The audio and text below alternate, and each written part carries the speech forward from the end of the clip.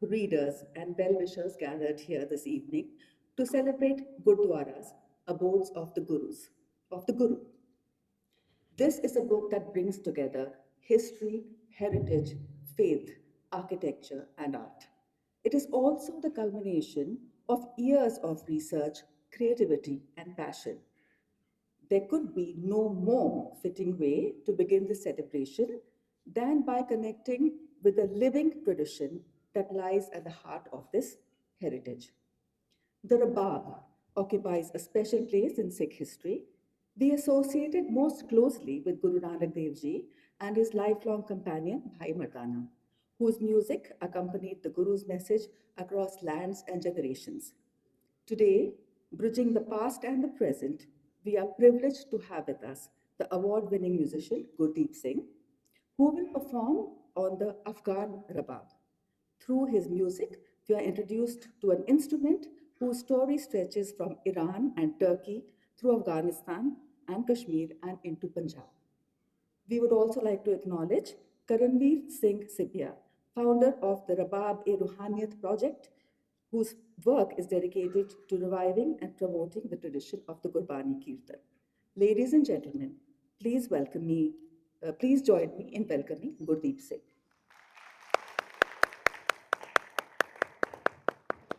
ਰਬਾਬ ਨਾਮ ਸੁਣ ਕੇ ਹੀ ਸਾਡੇ ਸਭ ਤੋਂ ਪਹਿਲਾਂ ਜਿਹੜੇ ਮਨ ਦੇ ਵਿੱਚ ਲਾਈਨ ਬਣਦੀ ਹੈ, ਅਸੀਂ ਸੋਚਦੇ ਹਾਂ ਕਿ ਗੁਰੂ ਨਾਨਕ ਸਾਹਿਬ ਤੋਂ ਚੱਲਿਆ ਹੈ ਰਬਾਬ ਸਾਜ਼। ਗੁਰੂ ਨਾਨਕ ਸਾਹਿਬ ਦੀ ਯਾਦ ਆਉਂਦੀ ਹੈ ਕਿ ਭਾਈ ਮਰਦਾਨਾ ਜੀ ਉਹਨਾਂ ਦੇ ਨਾਲ ਕਿੰਨਾ ਸਮਾਂ ਲੰਬਾ ਰਹੇ ਅਤੇ ਇਹ ਸਾਜ਼ ਦੇ ਨਾਲ ਉਹਨਾਂ ਨੇ ਗੁਰਬਾਣੀ ਦਾ ਗਾਇਨ ਕੀਤਾ। ਪਰ ਮੈਨੂੰ ਸੀਵੀ ਅੰਕਲ ਨੇ ਦੱਸਿਆ ਕਿ ਤੁਸੀਂ ਥੋੜ੍ਹਾ ਜਿਹਾ ਇਹਦੇ ਬਾਰੇ ਬਰੀਫ ਕਰੋ ਕਿ ਇਹਦੀ ਹਿਸਟਰੀ ਬਾਰੇ। ਤਾਂ ਮੈਂ ਬਸ ਥੋੜ੍ਹਾ ਜਿਹਾ ਬਰੀਫ ਕਰਕੇ ਤੁਹਾਨੂੰ 2-3 ਕੰਪੋਜੀਸ਼ਨ ਸੁਣਾਵਾਂਗਾ ਕਿ ਰਬਾਬ ਜਿਹੜੀ ਹੈ ਇਹ ਗੁਰੂ ਨਾਨਕ ਸਾਹਿਬ ਤੋਂ ਪਹਿਲਾਂ ਦਾ ਸਾਜ਼ ਹੈ। ਇਹਦੇ ਬਹੁਤ ਸਾਰੇ ਸਕਾਲਰਸ ਮੰਨਦੇ ਨੇ ਕਿ ਈਰਾਨ ਜਾਂ ਫਿਰ ਅਫਗਾਨਿਸਤਾਨ ਤੋਂ ਇਹਦਾ ਓਰੀਜਨ ਹੈ, ਪਰ ਜਿਹੜੇ ਸਾਨੂੰ ਰਿਟਨ ਪ੍ਰੂਫ ਮਿਲਦੇ ਨੇ ਤਾਂ ਈਰਾਨ ਤੋਂ ਸਟਾਰਟ ਹੋਇਆ ਇਹ ਇੰਸਟਰੂਮੈਂਟ। ਤਾਂ ਮੈਂ ਕੋਸ਼ਿਸ਼ ਕਰਾਂਗਾ ਥੋੜ੍ਹਾ ਤੁਹਾਨੂੰ ਪਹਿਲਾਂ ਈਰਾਨ ਦਾ ਜੋ ਮਾਰੂਥਲਾਂ ਦੀ ਸੈਰ ਕਰਵਾਵਾਂਗਾ ਰਬਾਬ ਦੇ ਨਾਲ, ਫਿਰ ਅਫਗਾਨਿਸਤਾਨ ਵੱਲ ਕਿਵੇਂ ਗਿਆ ਇੰਸਟਰੂਮੈਂਟ, ਫਿਰ ਸਾਡੇ ਪੰਜਾਬ ਦੇ ਵਿੱਚ ਨਾਰਥ ਵਿੱਚ ਕਸ਼ਮੀਰ ਪੰਜਾਬ ਦੇ ਵਿੱਚ ਤੁਹਾਨੂੰ ਥੋੜ੍ਹਾ ਮੈਂ ਫਲੇਵਰਸ 10-15 ਮਿੰਟ ਦੇ ਵਿੱਚ ਹੀ ਕੋਸ਼ਿਸ਼ ਕਰਾਂਗਾ। ਸ਼ੁਕਰੀਆ ਜੀ। ਪਹਿਲਾਂ ਅਸੀਂ ਈਰਾਨ ਵੱਲ ਚੱਲਦੇ ਹਾਂ ਜੀ। ਤੁਸੀਂ ਇਮੈਜਿਨ ਕਰਨਾ ਕਿ ਤੁਸੀਂ ਇੱਕ ਡੈਜ਼ਰਟ ਦੇ ਵਿੱਚ ਬੈਠੇ ਹੋ ਅਤੇ ਰਬਾਬ ਸੁਣ ਰਹੇ ਹੋ ਜੀ। ਸ਼ੁਕਰੀਆ।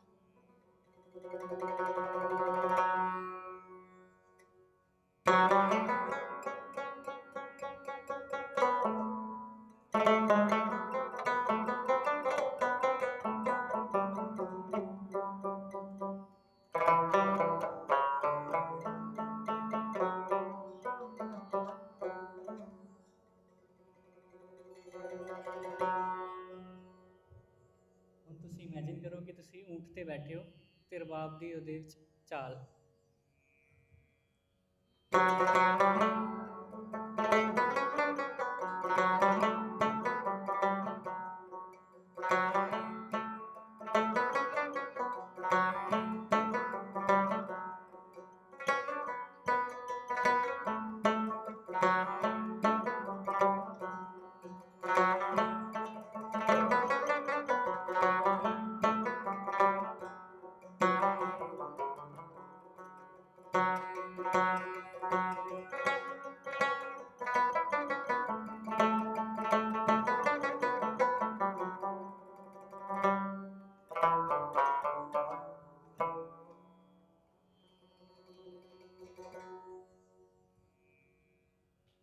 ਇਹ ਬਹੁਤ ਪਸੰਦੀਦਾ ਸਾਜ਼ ਹੈ ਸੂਫੀਆਂ ਦਾ। ਸ਼ਮਸ ਤਬਰੇਜ਼, ਰੂਮੀ ਸ਼ਾਇਰ, ਇਹਨਾਂ ਸਾਰਿਆਂ ਨੇ ਰਬਾਬ ਦੇ ਬਾਰੇ ਲਿਖਿਆ ਹੋਇਆ ਹੈ। ਤਾਂ ਜਦੋਂ ਸੂਫੀ ਟਰੈਵਲ ਕਰਦੇ ਸੀ ਤੇ ਆਪਣੇ ਨਾਲ ਇੰਸਟਰੂਮੈਂਟ ਦੇ ਨਾਲ ਅਕੰਪਨੀ ਕਰਦੇ ਸੀ, ਕੁਝ ਗਾਉਂਦੇ ਸੀਗੇ ਤੇ ਇਸ ਦੇ ਸਾਜ਼ ਦੇ ਨਾਲ ਅਕੰਪਨੀ ਕਰਦੇ ਸੀ। ਤੇ ਟਰੈਵਲ ਕਰਦੇ ਕਰਦੇ ਯੂਰਪ ਗਏ, ਅਫਗਾਨਿਸਤਾਨ, ਇਸੇ ਤਰ੍ਹਾਂ ਹਿੰਦੁਸਤਾਨ ਦੇ ਵਿੱਚ ਵੀ ਉਹਨਾਂ ਨੇ ਆਪਣੇ ਮਿਊਜ਼ਿਕ ਦੇ ਅੰਸ਼ ਛੱਡੇ। ਸੋ ਹੁਣ ਮੈਂ ਕੋਸ਼ਿਸ਼ ਕਰਾਂਗੀ ਇੱਕ ਅਫਗਾਨਿਸਤਾਨ ਦਾ ਫੋਕ ਤੁਹਾਨੂੰ ਸੁਣਾਵਾਂਗਾ।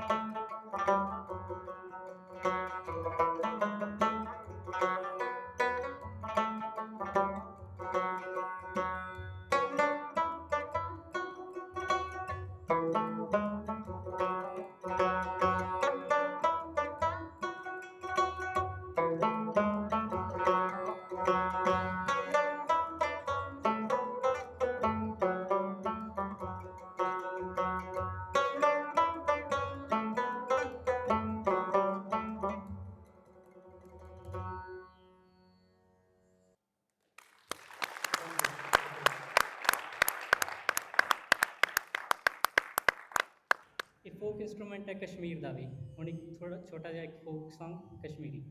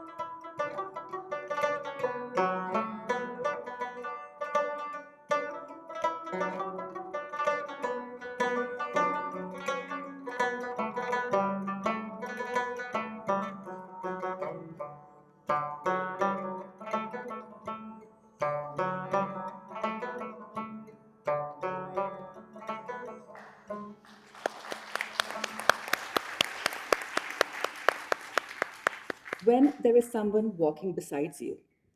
Throughout the making of this book, Jaspreet has been that steadfast presence for Roopinder, offering encouragement, strength, and unwavering support. Her faith in both the author and the project has played no small part in bringing this remarkable work to fruition. May I now invite Jaspreet to deliver the welcome address. Good evening, everyone. On behalf of our family, we welcome you all to this celebration of Rupinder's new book, Gurdwaras, Abodes of the Guru. It warms my heart to see the familiar faces of family and the friends. We are here today to really appreciate the work done by Rupinder on this book for years together, and we are so proud to present it to you. How we wish Rupinder's mother, Mrs. Inderjeet Kaur, was here to celebrate what she had encouraged and guided in the initial stages of the book. I welcome you all once again. A book of this scale and beauty requires not only scholarship and dedication, but also a publisher with vision and commitment. Gentry Press, under the leadership of Rajiv Daswani, has earned a reputation for producing landmark illustrated volumes that combine intellectual substance with exceptional design and craftsmanship. While Roopinder Singh is the author of this remarkable work, Rajiv Daswani has been instrumental in shaping its vision, scale, and stunning final form. The result is a volume that beautifully marries scholarship, art, design, and craftsmanship. Unfortunately, Mr. Daswani is unable to join us today. However, he has sent a message for this special occasion, which I have the privilege of reading on his behalf. So this is his message. It's a little long, but well, here we are. Good evening, everyone. This is Rajiv speaking. Before I say anything else, I owe all of you, especially Mr. Singh, an apology. I had every intention of being there tonight. Sadly, owing to my ongoing medical treatment, I am unable to travel. There are few celebrations I would rather have attended than this one. So please know that although I cannot be there with you in person, I am certainly with you in spirit. My heartfelt thanks to Aradhika for so graciously agreeing to read this message. Thank you for lending me your voice this evening. People often ask me how Gurdwaras, abodes of the Guru began. It began with an email, perfectly innocent email. Mr. Singh kindly replied, sent me his phone number and said, give me a call. So I did. Now imagine receiving a call from a complete stranger in Manila, enthusiastically talking about Sikh history, architecture, watercolor paintings, and publishing a book that, quite honestly, sounded far too ambitious. I am convinced that Mr. Singh thought that he was being scammed, but instead of hanging up, he listened. Then he said yes. Ladies and gentlemen, I therefore maintain my complete innocence.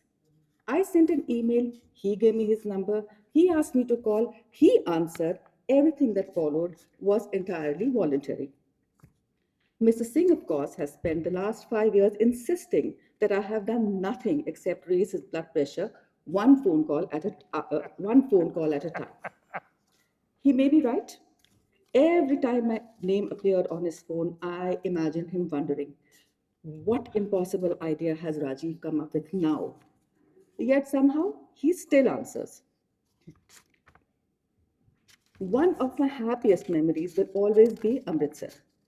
People speak about the serenity of the Harminder Sahib. I remember the marble.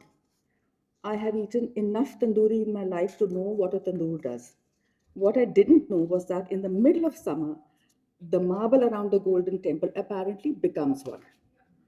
There we were, trying to look like dignified pilgrims while our souls became slowly tandoori. Looking back, I wouldn't change a thing. Of course, no book like this is ever made by two people alone. Mrs. Singh was our quality control department, our editor of Common Sense, and the person who somehow managed to make sense of both the manuscript and the two men working on it. For that, I will always be grateful. When I think about these last 5 years, I realize that the greatest gift was never the book, it was the friendship. That one email became countless conversations, shared meals, laughter, journeys, and memories. Somewhere along the way, Mr. and Mrs. Singh stopped being an author and his wife. They simply became family. Mr. Singh, my dear friend, thank you for answering that first email, for picking up that first phone call, and for every phone call ever since. Happy birthday. Congratulations on a remarkable book. May God continue to bless you and Mrs. Singh with health, happiness, and many years together. And although I still maintain I am completely innocent.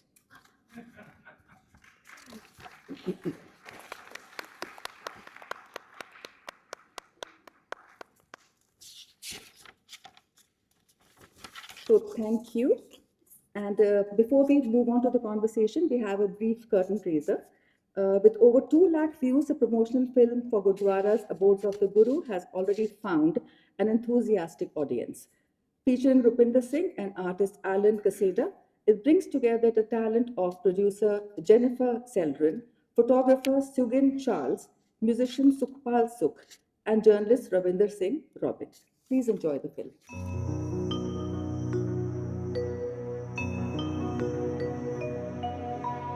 Satnam Shri Waheguru Sahib ji Satnam Shri Waheguru Sahib ਜੀ The Gurdwara is central to the Sikh way of life. It's a place where like-minded people gather together to sing praises of the Lord, to seek spiritual guidance and to interact with each other. It's a social place, it's a place where the community gathers whenever they face any hardship of any kind. In any Gurdwara, the morning starts around 4 a.m. It's called Amrit Vela, ambrosial hour. And that's when the Guru Granth Sahib is ceremonially brought into the Sanctum Sanctorum. And after that, it is opened up. And when the first page is read, that's considered the Hukamnama for the day. It's the divine direction for the day. I'll never forget the first time I saw the Harmandir Sahib. It was at 4 a.m. The Golden Temple was literally glowing and radiant against the still waters. The second time I visited, I knew I had to go inside. Photography isn't allowed, but that made it even more meaningful to me. I wanted to see it with my own eyes and, of course, experience it myself. I queued for 4 hours, and that's the longest line I've been in. But every second was worth it. I also made it a point to visit the Hazur Sahib in Nanded. From Mumbai, it took 13 hours of train ride, and that's also my longest ever. But the moment I arrived, I felt an overwhelming sense of relief. The calmness and the solemnity of the temple embraced me. I still struggle to find the perfect words for what I felt, but the temples made me feel something rare and beautiful, like I truly belonged. What I really appreciate about Sikhism and something I can relate to in Catholicism is the emphasis on selfless service. I'm deeply moved by how Gurdwaras welcome everyone and serve free meals through their langar, regardless of background or religion or belief. That spirit of generosity and equality is really powerful. It reminds me of how Catholic churches respond during calamities like earthquakes and typhoons. The churches open their doors to anyone in need. People are welcome, sheltered, and fed. That shared commitment to compassion and service is something I truly admire in both faiths. Seva is selfless service. Seva is doing something for others when you can and doing it yourself for people who are strangers. So in Gurdwara, one of the earliest manifestations of the seva has been langar. Langar has been instituted by the Gurus because what happens when you eat together, you break your barriers. People who are cooking it are mostly volunteers. And that's how they do their seva for others. What makes the book different from others and in some sense definitely unique, one is the amount of detail that is given about each Gurdwara, their history and relating it to the ethos of the people within that area. The other is the absolutely stunning illustrations in watercolor which Alan has done. And the best thing about Alan is that he combines his two passions, his passions for painting and his passion for architecture. You can see that he knows his architecture in the accuracy of the drawings, but that in itself would not have been enough. The painter in him puts a soul into those paintings. When you're dealing with something as important as religion, you have to approach it with deep respect, whether you're familiar with it or not. It required a higher level of sensitivity, attention to detail, and cultural awareness. For someone like me who wasn't initially very familiar with Sikhism, his guidance meant so much. Reference photos, especially of the interiors. Those aren't always easy to find, so I had to be more resourceful and creative. I watched some live streams, browsed through different social media platforms, and even sent direct messages to people I didn't know, asking if they had photos that I could use as reference. When I started doing the illustrations, I felt that a little more faith could be poured into them if I used water from the Amrit Sarovar. So I asked Mr. Singh if he could help me get even just one small bottle. It wasn't easy, from figuring out who could collect it for us to arranging the shipping. It was actually a challenge every step of the way. But we were truly blessed. We were able to receive it, and I used it for my watercolor paintings. Knowing it came from such a holy place made every brushstroke feel even more meaningful. We're talking of Gurdwaras, and we're talking of the connections they've forged within the local community, with the Sikhs of the area, and back with the land of the origin of the people, which is Punjab. We have practically all the continents of the world in it, and we find a representation. And when we talk about those Gurdwaras, we also talk about the people who went there, how they went there. A bit of that comes in. It gives the context. And what happens is, once you have a context, you are finding commonalities. And that's the whole idea of the book. It seeks to connect everybody to each other, within the community and outside.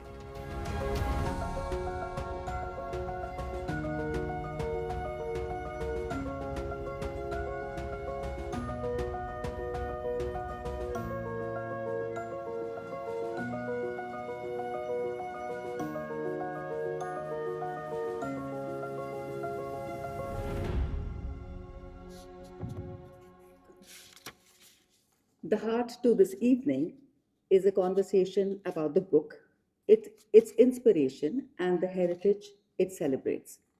We are privileged to have in conversation with Roopinder Singh, one of Chandigarh's most distinguished cultural voices, Neelam Mansingh Chaudhary. Neelamji is truly one of the shining stars in the firmament of the city. Through her extraordinary work in theatre over several decades, she has not only enriched Chandigarh's cultural life, but helped place it firmly on the world theatre map. A recipient of the Padma Shri and the Sangeet Natak Academy Award, she has inspired generations as director, teacher, writer, and cultural thinker. Deeply rooted in Punjab's cultural heritage, she brings to this conversation both artistic insight and a deep understanding of the traditions that shape us. And now to the man we are all here to celebrate. Roopinder Singh needs little introduction in this gathering. Looking around this hall, one sees family, friends, colleagues, and admirers, a reflection of the many lives that he has touched over the years. As a journalist, author, historian, and photographer, Roopinder has spent decades helping us better understand our history and heritage. During a distinguished career at the Tribune, where he retired as senior associate editor, he left a lasting mark through his writing and editorial leadership. He is the author of 9 books, ranging from a biography of Marshal of the Indian Air Force, Arjun Singh, to works on Guru Nanak, Sikh heritage, and identity. Yet, those who know him would agree that he is valued not only for his scholarship, but equally for his warmth, generosity, wit, and genuine interest in people. Those qualities are reflected in the affection and respect so evident in the gathering today. Through Gurdwaras, abodes of the Guru, he has once again given us a work that will inspire, inform, and endure. Please join me in welcoming Padma Shri Neelam Mansingh Chaudhary and Roopinder Singh to the stage. Thank you very much. I feel deeply privileged to be here in conversation with Roopinder to celebrate his new book, Abodes of the Guru. and also to celebrate his birthday. Congratulations. Thank you so much. I mean, I've barely stopped blushing, and here I am at it again.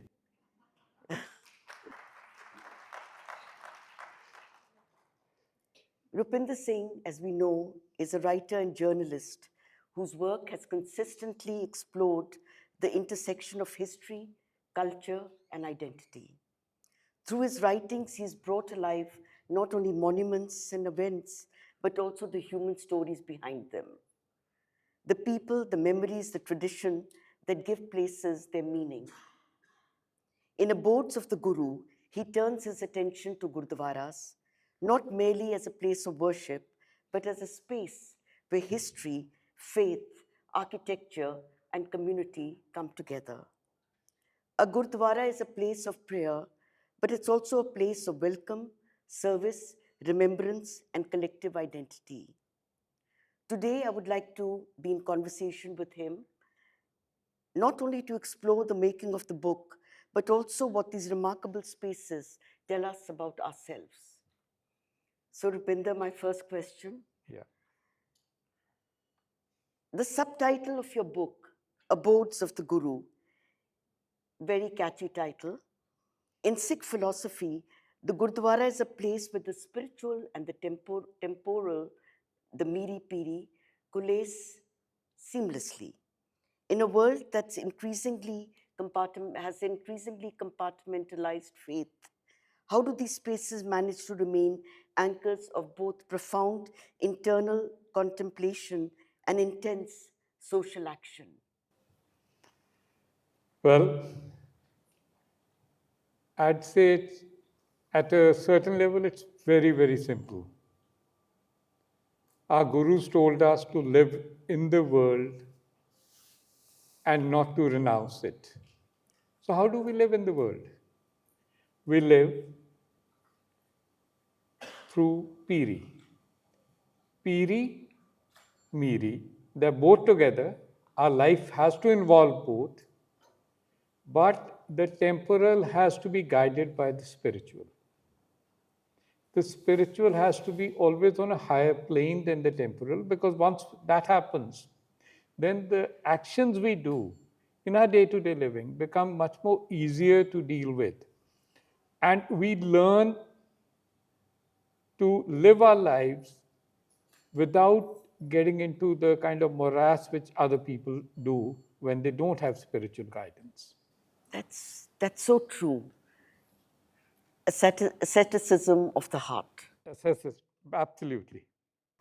A Gurdwara, as we know, is unique because it isn't just defined by its architecture, but by living practices of seva, langar, and kirtan, the three essential routes in which we function.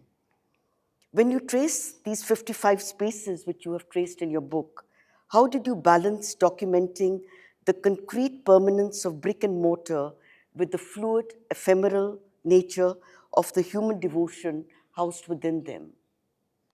Actually, it did not take much of a conscious effort to do it, because that's what happens with each Gurdwara. It's already inbuilt. It's inbuilt into it. So when you look at these Gurdwaras, you look at the fact that these Gurdwaras are all, they are definitely structures, but because, why are they important? Why do they become a Gurdwara? Because we have Guru Granth Sahib there, we have Kirtan there, we have a chance to do seva, and we do seva. And seva, Kirtan, Gurbani, by imbibing it, by creating a sacred space, by being at that space and sharing it with like-minded people, the Sangat, the Gurdwara is central to our lives and guides us, even though we go there not all the time, but whenever we go there, we get the guidance we need to help us navigate with the next part of our life. That's wonderful. That's a wonderful answer. Thank you. Humanizes the whole situation. Thank you. You have explored Gurdwaras across 5 continents. When a community migrates and builds a sacred space in a foreign land, the architecture undergoes a translation. How do these global Gurdwaras negotiate the memory of Punjab's landscape while adapting to their new geopolitical realities? Do you find the concept of the abodes changing as the landscape changes across the oceans? The abodes change, their shape changes, but the heart cannot change. At heart, it's the same combination of the traditional values which impelled the people to build the Gurdwara in the first place, which got them together as a Sangat, and then the Sangat builds the Gurdwara, and then the rest follows. Now, what happened is, Jaspreet and I were in Valencia some time ago, and we were looking at a church, and we were told that many patrons had built it, and that when a patron died, there was a break, and then many years later there would be another patron, and they'd start doing it again. And immediately the mind went to our Gurdwaras, where it is the Sangat that does it, and it's the Sangat that impels the construction of a Gurdwara and the shape it takes. Of course, architecture will change. It does change. There are requirements of different countries, there are different cultural influences that come in. That's all a part of it. And it's so much richer because you have a different shell with the same heart. And it no way disturbs No, it doesn't. the You're right. equation that you have with the space. Because I remember going to Kobe many years ago, which is near Osaka in Japan. And on Gurpurav, which I told you the story of, we went into this Gurdwara, which was shaped very much in Japanese architectural template. And in the langar, they served us noodles. Well, in New York, they used to serve us, go around langar saying Coke ji, Coke ji, Coke ji, Coke ji, while serving Coke. So yes, this would often happen. We know for the diaspora, a Gurdwara is often the first point of cultural preservation. Yet it must also be the site of integration. From your research, how do these international spaces serve as thresholds between holding onto a sacred past and surviving in a multicultural present? Oh, I'll take two examples from the American Gurdwaras, which I've mentioned in my book. Richmond Hill in New York City was a former church that became a Gurdwara. Yeah. And as we listened to Gurbani and held, various congregations there, you looked out of stained glass windows that had nativity scenes. Nice. And I found it so beautiful. Similarly, I mean, if you look at the Maryland Gurdwara, they have done tremendous work in interfaith work, in ecological, they've been actually at the forefront of creating these Guru Nanak forests and so on, where they bring in people and they are looking at things from the ecological point of view. These are Gurdwaras that have reached out. But this is not something new. No, it isn't. It isn't. It just for clarification. The best example I have is of Stockton, one of the oldest Gurdwara in USA. And soon after it was made, the first thing that those people did was that they created a scholarship for 5 Indians to study at Berkeley. And they were very clear, gentlemen and ladies and Indians. And out of the 5, the people who went to Berkeley, only one of them was a Sikh. The rest were non-Sikhs. And they had a hostel for them. Look at the vision of the people who used to handle these Gurdwaras. They needed, they knew that the people needed to be integrated into the world they were coming into. Absolutely. This volume, as we know, is a dialogue between your text and Alan Quesada's exquisite illustrations. Alan approaches the sacred terrain as an architect and visual artist, while you approach it as a historian, journalist, and philosopher. Can you take us behind the scenes of this collaboration? How did your words and his lines challenge or deepen each other's understanding or what the sacred means? Oh, it was beautiful. I mean, we have a Hindu publisher.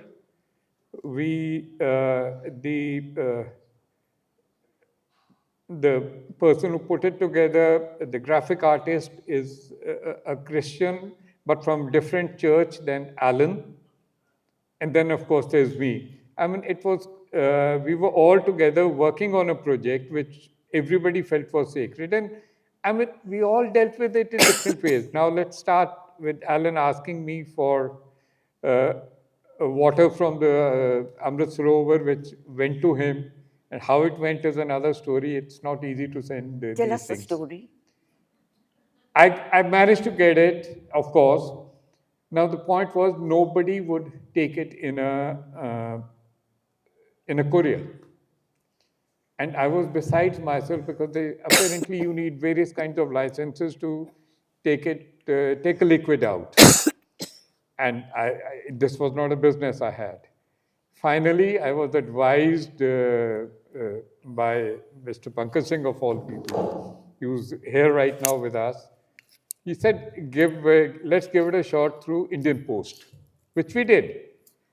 And it arrived in Manila, little battered, little less than what it was when it started, but very much there. So that's how it got to him. That's amazing. And he started off on it. Then, he would work, he'd send it back, I'd make some suggestions, it would go back. I must say one thing about Alan, he kept on working till it became perfect. You didn't have fights and conflicts or any contentious issues between the two? I'm really very lucky. They were very sweet to me. I mean, I gave them enough reason to be very angry with me, but they were kind to me. I think it's difficult to be angry with you, Roopinder. You spent almost 3 decades as a rigorous journalist. Yet this book clearly comes from a place of deep immersion and reverence. How did you navigate the tensions between the eye of a historian stroke journalist and the subjective heart of someone documenting their own living tradition? And this was actually not very difficult for me personally. It seems difficult and it seems one is reconciling two different things altogether. But in my mind, I've been able to work as a Sikh and as a journalist all my life. And even when I joined the Tribune, I wrote on a number of times on topics that were Sikh related, despite, by the way, initially saying I will never write on this. And my initial focus was world affairs, computers, anything connected to those kind of things. But once I started doing it, I enjoyed it. I would do it from time to time whenever the occasion came. I think it's rooted in me, and I must thank my parents for it. I mean, it is there. And whenever I do something, I find it very easy to work on these things, frankly. Thank you. Your family legacy is deeply intertwined with Sikh scholarship and cultural documentation through the work of your wonderful parents, who I happen to be very close to, Gyani Gurdeep Singh and my sweetest auntie Indrajit Kaur Sandhu. How much of Abodes of the Guru is an inheritance of this legacy? And how much of it is a radical departure or a modern reimagining of how we look at our Sikh heritage? Are there points of departure? Is this somewhere they meet, they separate, they go different paths? Or is it all segued within one cohesive narrative? Well, I'll say it starts with them, definitely. Anything I do starts with them. And in this case, Mama was there to encourage me to take on this project and work on it. I am informed by the opinions I inherited and learned from my parents. I mean, that's of course there. Yet I have my own experiences which come into this. I have my own perceptions. And while they were there, we would be able to have a clash and come to a sort of better understanding for me of what it could have been. Now I miss that, yet I feel their presence. A sounding board. Yes. No, sounding board, as well as, sometimes I would just throw in a challenge for the heck of it, because I wanted to see how, especially when Papa was there, how he would react to it. And he would be shockingly calm. I would try and provoke him to say something. He'd be enjoy ho janda. For example, when I started learning philosophy, I'd come, from Delhi, all, Papa, this philosopher says this. He'd quote me a shabd from Gurbani or somewhere and say, apne bhi ye kehte hain. And I'd get very wild कि पापा सारियां चीज़ां ही अपने कहते सारियां चीज़ां इक्को ही तो ਹੁੰਦੀਆਂ ਨੇ ਕੋਈ ਖਾਸ ਨਹੀਂ ਇਹਨਾਂ ਦਾ ਫਰਕ ਹੁੰਦਾ ਅਲੱਗ-ਅਲੱਗ ਬਿਆਨ ਹੁੰਦੇ ਨੇ ਅਲੱਗ-ਅਲੱਗ ਤਰੀਕੇ ਨਾਲ ਦੁਨੀਆ ਬੋਲਦੀ ਹੈ so I would follow that in this book specifically in answer to your question I think definitely the foundation comes from there.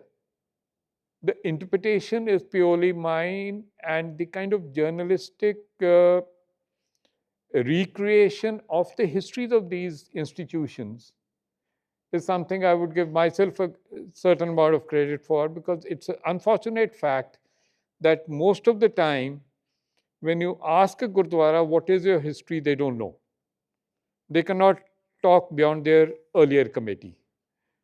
And when you are looking to build a historical account, it takes a lot of journalistic kind of a digging, not only historian kind of a thing, where of course you look into the archives, you see references and so on, but also, you go to various sources and try and get things from them. True indeed. One last question. If a reader, perhaps someone completely unfamiliar with the Sikh faith, were to walk away from the book with just one core realization about the spirit of the Gurdwara, what would you want that to be? Manas ki jaat sabha ekko pehchan wo. We use the Gurdwara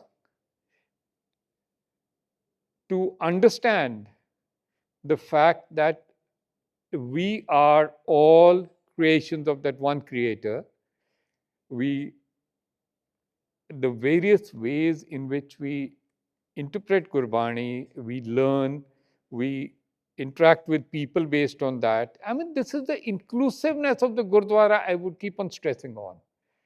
It is a place that must always welcome all. It is a place where people can come, they can feel safe, they can get aid, whether it's a protest yesterday where people would come and get some help and aid. Bangla Sahib Gurdwara. At Bangla Sahib Gurdwara.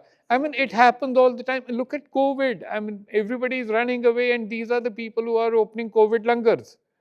That's what I want people to take away from the book, that a Gurdwara has many shapes, many histories, yet it is a spiritual place which welcomes all.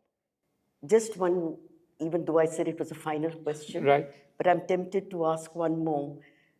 Is there another follow-up of the Gurdwaras that have been not referred to in this particular book? Not at the present moment. We are working on something else connected with the book, which will come up in a few years. But as of now, this is what I have. This is what I would love everybody to read. And of course, I mean, this is just a drop in the ocean. There's so many people who can do so much more. And I look forward to reading their works also. Thank you very much. It's been a real pleasure. Thank you, Neelam ji. Thank you, Neelam ji and Roopinder, for such a thoughtful and engaging conversation. This discussion has taken us beyond architecture and history into memory, identity, faith, and the stories that connect us across generations. Sorry. May I now invite Jansher to deliver the vote of thanks. And before that, I want like a huge round of applause for the two speakers. The Rabab recital by Gurdeep Singh really set the tone for the evening. And thank you so much, Neelam Auntie. We especially wanted you here, and you so graciously agreed. Shared histories, family ties, and love for heritage all came together as you discussed this book. Rajiv Diswani, the publisher, envisioned this book and worked tirelessly with my dad to pull this ambitious project together, and how. We appreciate Radhika Auntie's help as usual, and we thank the Hyatt Hotel management and staff for contributing so much, much more than we expected. And most importantly, I would like to thank all of you for your esteemed presence today. You enriched the event and made it truly special for all of us. I wish you all a good evening. I think it's time for us to sing for Roopinder now. Come, Roopinder. There's a beautiful cake by Monica, which needs to be honored by cutting it. Come on, let's sing. Happy birthday to you. Happy birthday to you. Happy birthday, dear Roopinder. Happy birthday to you. May you have many more. May you have many more. Happy birthday, dear Roopinder. Happy birthday to you. May I ask Selena to join in, please, for cake cutting? Come, Selena. It's her birthday as well. Jaspreet and Jansher also to be stand next to me.